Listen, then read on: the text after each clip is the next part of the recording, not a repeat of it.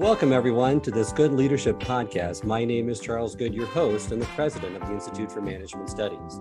This podcast is designed to provide you with actionable insights and tools that you can use from discussing the research, stories, and background from recognized experts and practitioners to accelerate your impact in your current role.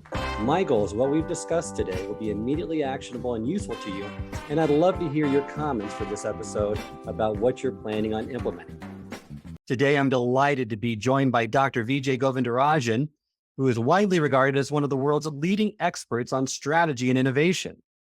Vijay is the first professor in residence and the chief innovation consultant at General Electric, where he worked with the former CEO, Jeff Immelt, to write How GE is Disrupting Itself for the Harvard Business Review that pioneered the concept of reverse innovation. He is also a New York Times and Wall Street Journal best-selling author and is the Coxe Distinguished Professor at Dartmouth College Tuck School of Business and the Marvin Bauer Fellow at the Harvard Business School. Thank you, Vijay, for joining me today. Thanks for hosting me. Today, I'd like to focus on your book, The Three-Box Solution, and really what that means to innovation. But before we unpack that book and some of those core concepts, love to hear more about your history and really what got you passionate and excited about this area. Actually, it started in my formative years. You see, I grew up in a small town in India. And what happened was in my formative years, what I saw was lots and lots of problems. And my family had very few resources. And if you have lots and lots of problems and you have very few resources, the only way you can solve your problem is through innovation. There is no other way. We can't throw money at the problem. We don't have money. That is how I got really passionate about this topic of innovation.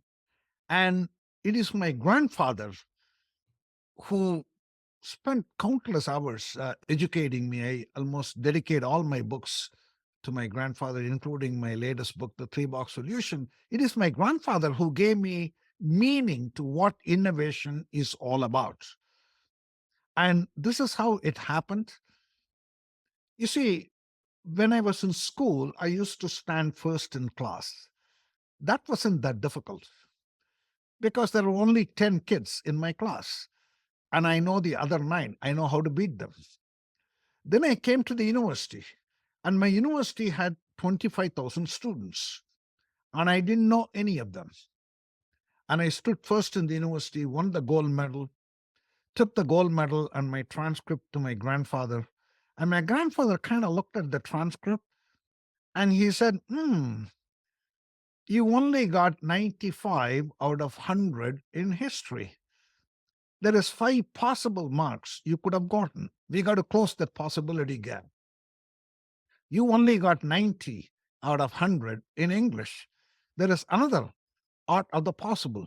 By the way, my grandfather wasn't trying to intimidate me. He wasn't trying to embarrass me. He wasn't trying to humiliate me. What he was telling me was, VG, never be satisfied in being a gold medalist amongst 25,000 students. That should never be your bar. Your bar should be your true potential. And your true potential is 100 out of 100. And of course, if you can achieve that, you're going to win gold medal amongst 25,000 students. That goes without saying. What my grandfather taught me was strategy is about achieving true potential. And you can achieve true potential only if you can master the art of innovation. What my grandfather taught me was make competition irrelevant. If you're Procter & Gamble, don't look at Colgate-Palmolive. That leads to mediocrity. The only competition that matters is self-competition. And self-competition is about achieving true potential. That means you have to search inside yourself and see, is there some more potential that you can achieve? By the way, no human can achieve true potential ever because the world keeps on changing. Therefore, new possibilities always arise. Similarly, no company can say they've achieved their true potential because the world keeps changing. Therefore, you have to continue to do breakthrough innovation to adapt to change. What my grandfather taught me was don't limit your achievements by your expectations. Your expectations limit what you do. By the way, as parents, we can play one of 2 roles. Either we can put pressure on our kids to perform or dare them to dream. My grandfather wasn't putting pressure on me to perform. He was daring me to dream. He was asking me to see the art of the possible. I say that is the underlying philosophy behind my three-box solution, which is to help companies see the future possibilities. Therefore, achieving true potential is to see how do we embrace breakthrough innovation while maintaining excellence in your current operation. That is the framework behind the three-box solution. Those are some great insights and insights that apply both on an individual level as well as on an organizational level. Before we get into those three boxes, a lot of the leaders that I talk to, they have some misunderstandings about innovation versus creativity. And could you unpack a little bit about those differences and really what innovation means to you and what you're striving to embark by the three box solution? I think the fundamental difference is the importance of three-box solution is on the execution. Creativity is about idea. Execution is about converting the idea into impact. And therefore, you can say, I want to create a self-driving car. That's an idea. But actually creating a business model around self-driving car, which is profitable, that is converting that idea into impact. Innovation is creativity and execution together. Too often we place too much emphasis on creativity. And as Thomas Alva Edison, the greatest innovator of all time, said, innovation is 1% inspiration and 99% perspiration. And that 1% inspiration is the creativity part, and 99% perspiration is the execution part. And that's what I particularly focus on. Thank you for that distinction between the three. So the three box solution, it's a simple framework that recognizes all three competing challenges managers face when leading innovation. Love for you to give some insight on each one of the boxes. And why don't we start with box number one, which is managing the present core business at peak efficiency and profitability. I think perhaps we can take an example. General Motors today, their box one business is the internal combustion driven gasoline powered automobiles. Today, 95% of their revenues are coming from that business. They have a job to do there, which is optimize the performance of that business model, because it is bringing in 95% of your revenues today. It is bringing in probably 100% of your profits today. And that is a business which is going to be there for the next decade or so. Therefore, your job in box one is what I call closing performance gap.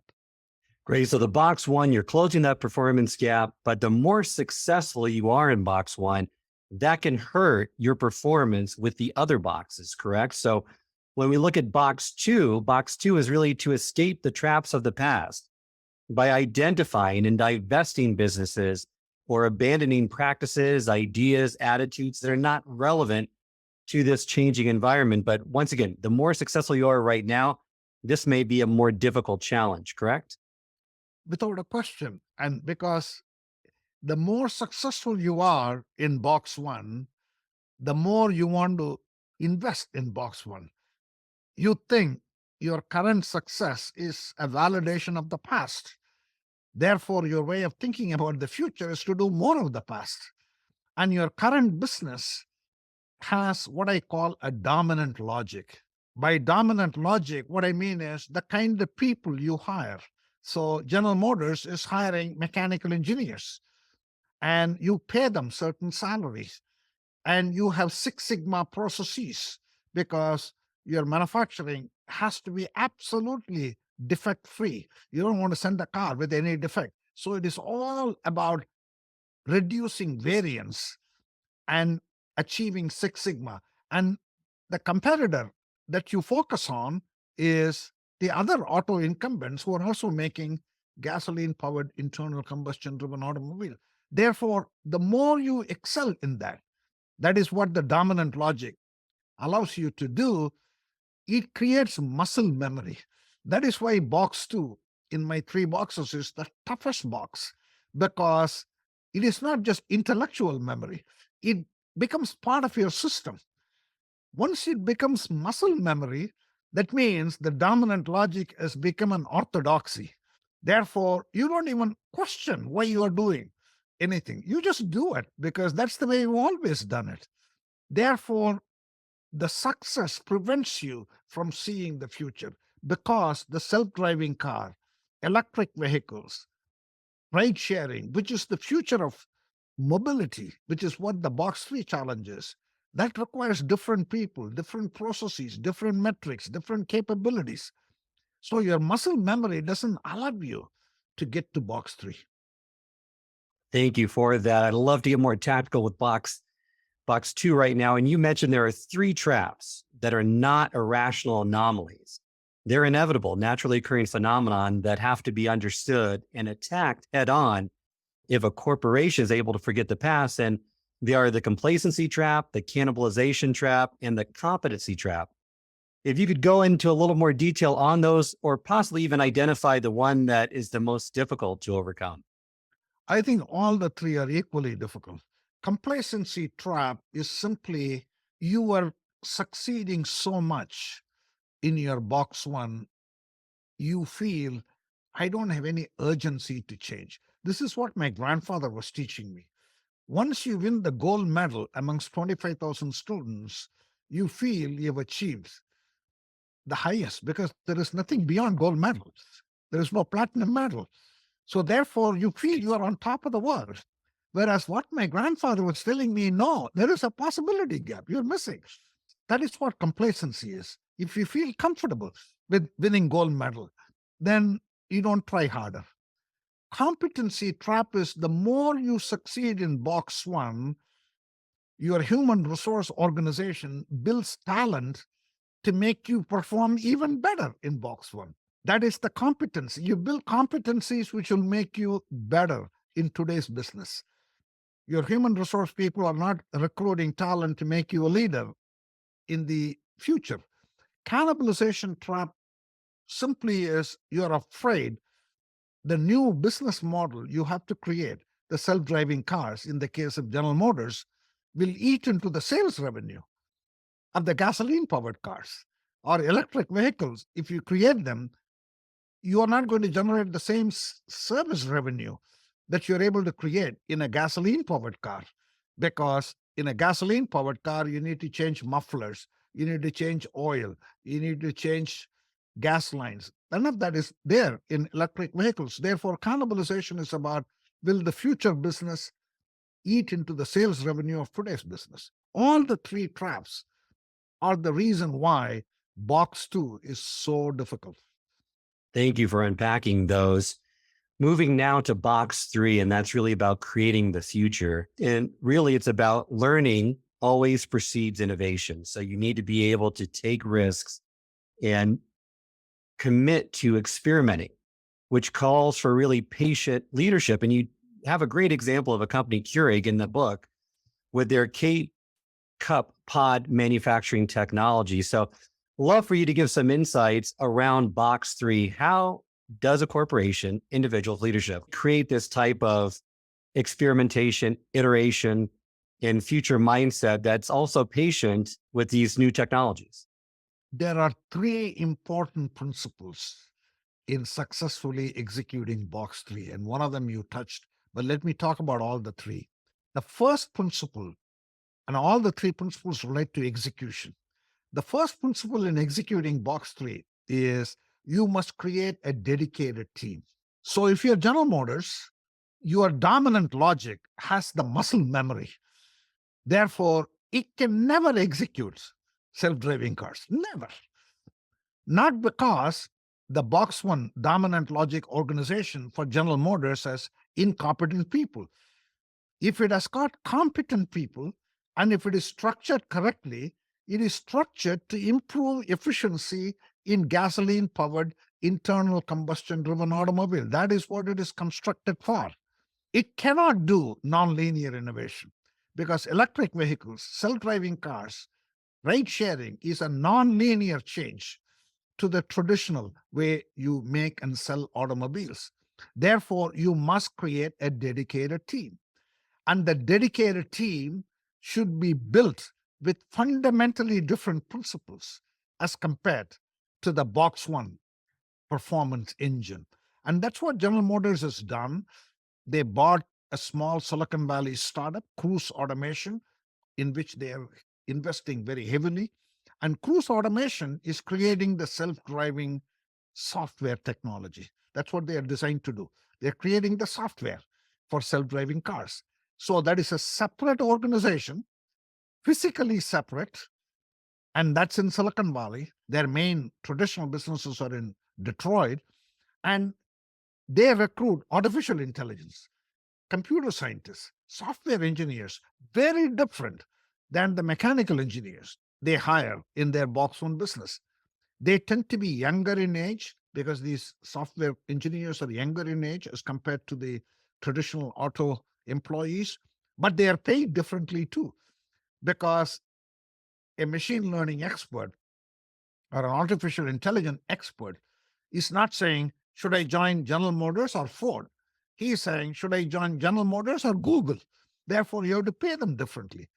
And the Cruise Automation is focused on different set of competitors because the traditional automakers are competing against other traditional automakers like Volkswagen and Mercedes and Ford, etc. Whereas Cruise Automation is competing against Tesla, is competing against Waymo. There is a different set of competitors. That is why you must create a dedicated team. That is principle number one. Principle number two is that dedicated team cannot be isolated from the box one performance engine. If you isolate it, then there is no advantage to your dedicated team as compared to a pure Silicon Valley startup like Google's Waymo. The only reason your Cruise Automation is going to succeed as compared to a pure Silicon Valley startup is there is some asset of the box one performance engine that can benefit this dedicated team. And in this case, this is hardware, making a car, because a self driving car is still a car. It is not just a software. Therefore, this is integrating hardware and software. You should be able to know how to make a car reliably with high quality and then integrate the software. Therefore, the dedicated team, which is Cruise Automation, which is simply making the software for self driving cars, is connected to the mothership of General Motors so that they can understand and acquire the capabilities to actually build a car. So, that is the second principle.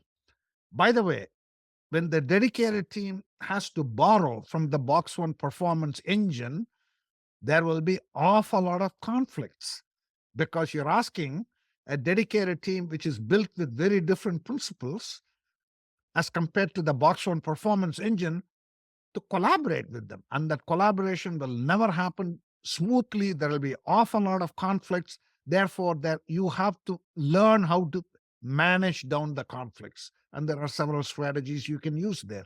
That is principle number two. Build a partnership between the dedicated team and the box one performance engine.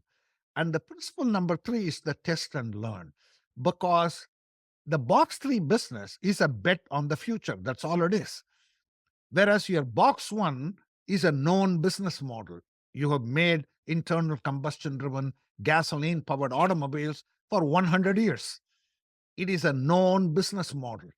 Therefore, the whole focus in a known business model is to reduce variance. You have a business plan, you should not vary from it. You should absolutely hit the business plan. That is the challenge in box one. In box three, the challenge is to discover the future. That means I have to make rough prototypes, test it, learn it, refine it, and go. Therefore, it is test, learn, and pivot. Experiment and pivot. That is the mentality you have to have when you are designing software for self-driving cars, because you don't know answers to many questions. Three important principles: create a dedicated team for the box three project, connect the dedicated team with the mothership and manage that relationship as a partnership. Principle number two. Principle number three is let the leader of the dedicated team must construct low-cost experiments to test hypotheses in box 3. Because if the cost of testing a hypothesis is low, cost of learning is low, cost of failure is low. Fail early, fail fast, fail cheap, so that you galvanize behind a workable business model. These are 3 important execution principles. They are simple to say, but not simple to do. That is why execution in box 3 is so hard. I agree with you. And you mentioned too that really you have to execute on the idea, and there's really 2 acceptable outcomes: a success or a failure that comes quickly and inexpensively as possible. The most undesirable outcome is that long, expensive, and painful failure. So you really need to test the most critical assumptions, which I think is so critical early on in anything. And some of those assumptions you bring up in your book, I think there's some great questions to ask to identify what those assumptions are. So wanted to move to, how do you balance between these 3 boxes? Because I assume the balancing piece is a challenge. What are some tips, tool strategies that you can recommend to our listeners on where do they focus? How do you balance between these 3 boxes so you move confidently into the future? My general rule of thumb is anywhere from 50% up to 80% of resources should be in box 1, and the rest should be in box 3. This is sort of a rough estimate. In reality, it will depend on the dynamics of change in the industry in which you participate. There are some industries which are so rapidly changing, particularly the technology sector, which is so rapidly changing. There, you have to invest a lot more in box 3, because any box 3 you create will quickly become box 1. Therefore, you have to create the next box 3. There are some other industries where the rate of change may be slower. Therefore, you can exploit your box 1 for a lot longer time period. But there is not a single industry where you can simply relax and only focus on box 1. I can't think of a single industry where there is not going to be a non-linear future. Every industry is going to face a non-linear future. The rate of change is not equal in all industries. Therefore, you have to think about what's the rate of change in my industry. Therefore, what kind of portfolio of projects I need to have in box 1, and what kind of bets I want to take in box 3. Thank you for providing that. Let's move now into the leadership behaviors that you mentioned. There's 6 of them that you mentioned in your book. We're not going to have time to unpack all 6, but I wanted to go through a few of those. And the first one I'd like to talk to is investing energy in the horse you can control in order to influence the horse you can't control. If you could unpack that a little bit for our listeners and just talk to that behavior in all 3 boxes. You see, to me, that is a fundamental philosophy one should have in running one's life. And therefore, it also applies to organizations. In fact, my grandfather gave me this metaphor of the 2 horses, because he told me life is a journey. And in that journey, you're always pursuing goals. That's what life is. From the time you're born, you pursue goals. It could be to get into the right college, marry the right person, buy the right house, whatever the goal may be. So you're always on a journey towards a goal in your life. And the journey you take in a carriage, and that carriage is driven by 2 horses, 2 equally powerful horses. One horse you cannot control, another horse you can completely control. Your job as the driver of that carriage is to only focus on the horse you can control and ride it as efficiently, as fast as you can. This other rogue horse, which you cannot control, may fall in line and you may achieve your goal, or you may not. That's the best you can do. But as human beings, we tend to focus on the horse we cannot control. And the paradox of life, my grandfather told me, was exactly at moments when you should focus on the horse you can control, or the moments you focus on the horse you cannot control. That is moments of adversity. Suppose you're a manager in a company, you didn't meet the performance goal. What is your first reaction? Your first reaction is, oh, there is inflation in the economy. Stock market is tanking. President of the United States is not doing a good job. Well, are you going to fix the president of the United States? No. Are you going to fix the inflation? No. When you focus on the horse you cannot control, you become miserable. You become unhappy. You become pessimistic. Whereas when you focus on the horse you can control, you feel liberated. You see possibilities. That doesn't mean the rogue horse is not there. Rogue horse is always there. But the best way you can influence the rogue horse is to focus on the horse you can control. That is the only way you can influence the rogue horse.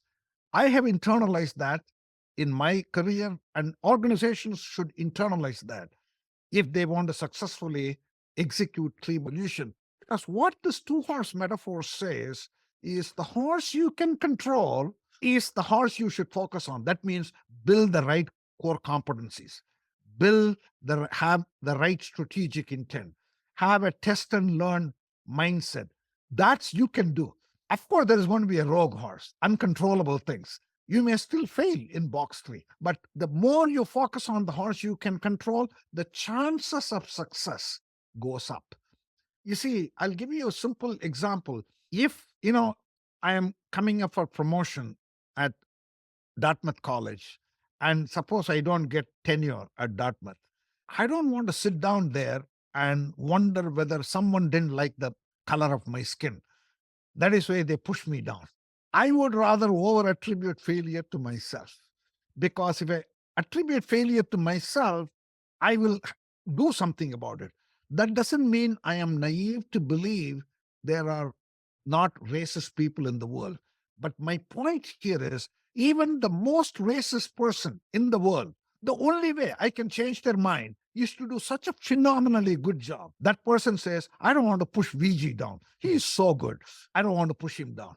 Another way you can think about it in the three-box solution framework, both for individuals and for organizations, is always pick box three projects where the horse you can control is more powerful than the horse you cannot control. The two horses are always there. Don't take on projects where the horse you cannot control is so strong that your chance of success is very low. You have a choice. You don't have to pursue every path. Therefore, what I tell individuals and organizations is, even if a day comes in your life or in the organization's life where things are bleak, suppose you're IBM in 1993, IBM is tanking. It's a dreadful company. Once it was a great company, it was a dreadful company. Lou Gerstner takes over as a CEO. Even when the company is absolutely rock bottom, always remember there is a horse there you can control. Find that horse. Even if you've reached the lowest point in your life, in your personal life, remember there is a horse you can control there. Find that horse. Ride that horse. You may come out of it. Instead of saying, why me? Why is this happening to me? Then you get into a downward spiral. You get into depression. So that is the principle behind two horses. Thank you for that. Such a powerful metaphor, not only in business, but in life. We have time for one more of these behaviors, and I like to focus on create the future as a day-to-day process and recognize the future is now. And that impacts all three boxes. Love for you to talk more about that. I think part of the reason why either individuals or organizations don't invest in box three is, if you don't invest in box three, it doesn't hurt you today. That is why you postpone those investments. Take, for instance, a box three investment for an individual, which is to do exercise every day. If you did exercise every day, you're assured of future health. Now, why can't you practice the simple, commonsensical thing? The problem here is, you may wake up today and say, you know what? I got so much to do today. I got to go and listen to this podcast from Vijay Govindarajan. I have to check my emails. I got a lot of work to do. I don't have time to do exercise today. By the way, if you don't do exercise today, your health doesn't decline today. You see, your health declines in the future, maybe in the year 2030. That is why you postpone doing that exercise. If you don't do exercise today, your health actually declines today. But the decline is so small, the decline is so insignificant, you don't notice. Part of what I'm saying is future comes in daily doses. Future never arrives all of a sudden in the future. You never become old one day. You are becoming old every day. Let's accept that. That means if you're General Motors, it is not like self-driving cars is going to arrive all of a sudden in the year 2050. It is happening every day. Slowly, your old business model is dying and a new reality is going to come. But it doesn't happen overnight. Therefore, the way to think about competition for the future is it is evolution in process, but revolution in effect. That is why I say future is now. Don't postpone actions about the future to some future date. If you want to create the future tomorrow, what you have to do today is the most important thing. Great advice. As we reach the end of this episode, I always like to end with a question, a call to action. What would you recommend leaders should do first if they want to get better at employing and using your 3-box solution to innovation? I think the most important thing is, first of all, understand the 3 boxes and understand the concepts and see how other companies have applied it. I've written a book, 3-box solution, where give a number of companies, and that's one very important place you should start. The other thing is I write a weekly column in LinkedIn on 3-box solution, giving my current thoughts and current examples. And if you're interested in following my work on innovation, you can certainly follow me on LinkedIn. You can even post questions on LinkedIn about issues that you're facing as you're executing the 3-box solution. In fact, I can use your question to write the next week's column because I'm always looking for questions from the audience that I can use to generate new knowledge, if you will. That is what I would say is the most important to get started. Thank you so much for joining me today, Dr. Govindarajan. If you could remind our listeners how they can get in contact with you, possibly besides what you just mentioned, is there a website, an email that you would like to give out, or any contact information so they can reach out if they have any additional questions? I think the best way to reach me is on my LinkedIn page because I'm an active contributor to LinkedIn and I have a influencer status in LinkedIn there. I don't even have to accept you. You can just press the button follow, you will follow. And any question you have on 3-box solution, you post there.